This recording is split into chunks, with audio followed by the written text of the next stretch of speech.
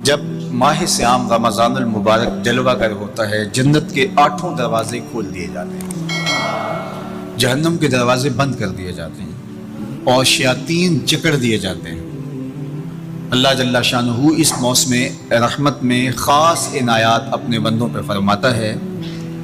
ایک نفل ادا کرنے سے فرض ادا کرنے کا ثواب ملتا ہے اور ایک فرض ادا کرنے سے 70 فرائض ادا کرنے کا ثواب ملتا ہے۔ اسی طرح راہ خدا میں 1 روپیہ دو گے تو 70 روپے خرچ کرنے کا ثواب ملے گا۔ اسی طرح باقی نیکیاں بھی جتنی بھی ہم کرتے ہیں وہ ایک نیکی کریں گے تو 70 گنا اجر ماہ سیام میں ہمیں نصیب ہوتا ہے۔ اس لیے اہل ایمان کا یہ طریقہ ہے کہ وہ اس مہینے میں کثرت کے ساتھ تلاوت کرتے ہیں، کیونکہ ایک مرتبہ اگر قرآن مجید پڑھ لیا تو 70 مرتبہ قرآن مجید پڑھنے کا ثواب نصیب ہوا۔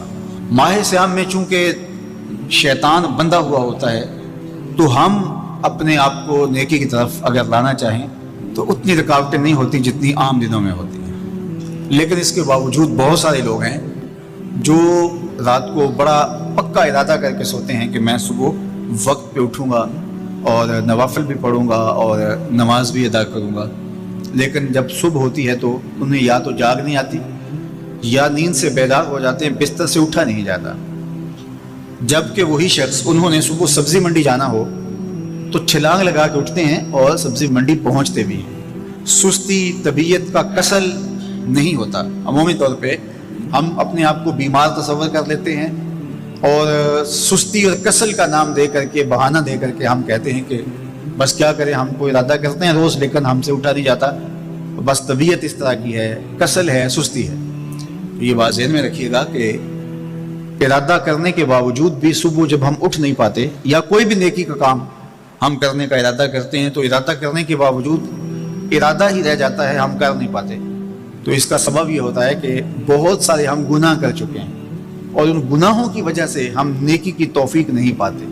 حضرت حسن بصری رضی اللہ تعالی عنہ نے یہی وجہ اس کی بیان فرمائی ہے۔ تو اس کا بہترین طریقہ یہ ہے کہ توبہ کی جائے اور توبہ بھی سچے دل سے کی جائے، رو رو کے اللہ سے گناہوں کی معافی مانگی جائے، اور سچے دل سے جب توبہ کی جائے تو پھر سارے گناہ نہ صرف مٹا دیے جاتے ہیں بلکہ ان کو بدل کے نیکیوں میں تبدیل کر دیا جاتا ہے۔ تو ماہ سیام کے اندر پختہ عزم کریں اور اس عزم کو عمل کی شکل دینے کے لیے سچی توبہ کریں کہ ہمارا یہ رمضان اس طرح سے گزرے، یہ مہینہ اس طرح سے بسر ہو کہ ہم اس مہینے میں اللہ تعالیٰ کی قربت حاصل کر لیں، ہم گناہوں سے پاک ہو جائیں اور ہم جو ثمرات ہیں، جو فوائد ہیں اس مہینے کے، وہ ہم سمیٹ سکیں۔ تو یہ وہ مہینہ ہے جس کے انتظار میں میرے اور آپ کے آقا و مولا اپنی آنکھیں لگائے ہوتے تھے اور دن گن گن کے وقت گزارتے تھے کہ ماہ سیام آ رہا ہے۔ تو اس مہینے کا عزت کے ساتھ، تکریم کے ساتھ، اعزاز کے ساتھ استقبال کرو اور اس کو پلکوں پہ بٹھاؤ، اس کو دل پہ بٹھاؤ۔ اس مہینے کی تکریم یہ ہے کہ اس میں ہر برا کام چھوڑ دیا جائے۔ اگر کوئی شخص برا کام نہیں چھوڑتا اور روزے رکھتا ہے تو میرے اور آپ کے آقا و مولا کا ایک فرمان سن لیجئے، من لم یدع قول الزور والعمل به فلیس للہ حاجۃ فی ان یدع طعامہ وشرابہ۔ فرمایا کہ جو جھوٹ اور برے کام نہیں چھوڑتا اس کے بھوکا اور پیاسا رہنے کی اللہ کو کوئی ضرورت نہیں ہے۔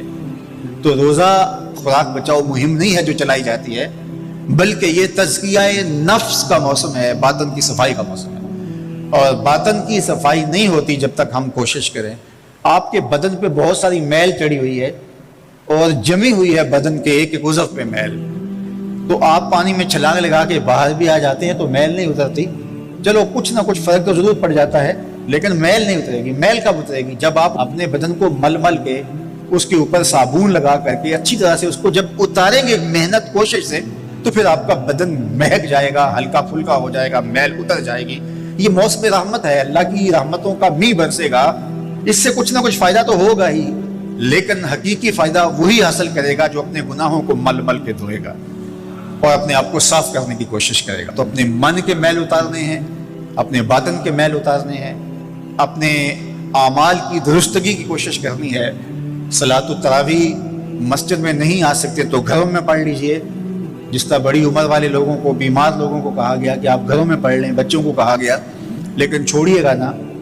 یہ رمضان المبارک کا خاص عمل ہے۔ آج کل دین بیزار طبقہ مختلف جگہوں پہ بیٹھ کے مسجد پر، مدرسے پر، تراویح پر ان چیزوں پر تبصرہ کر رہا ہے اور اتنا ہلکا ثابت کرنا چاہ رہا ہے ان امور کو جس طرح یہ چیزیں ہوتی کچھ نہیں ہیں، جبکہ ماہ صیام کے قیام پر میرے اور آپ کے حق کو مولا نے بشارت دیتے ہوئے فرمایا من قام رمضان ایمانا و احتسابا غفر له ما تقدم من ذنبہ، جس نے رمضان المبارک کی راتوں میں قیام کیا ایمان اور محاسبہ نفس کے ساتھ، اللہ اس کے پچھلے سارے گناہ معاف فرما دیتا ہے۔ یہ بہت بڑی دولت ہے، تو اس دولت کو ضرور سمیٹیے گا، ضرور حاصل کیجئے گا، من کی ستھرائی، عفت اور پاکیزگی کا سامان کیجئے گا۔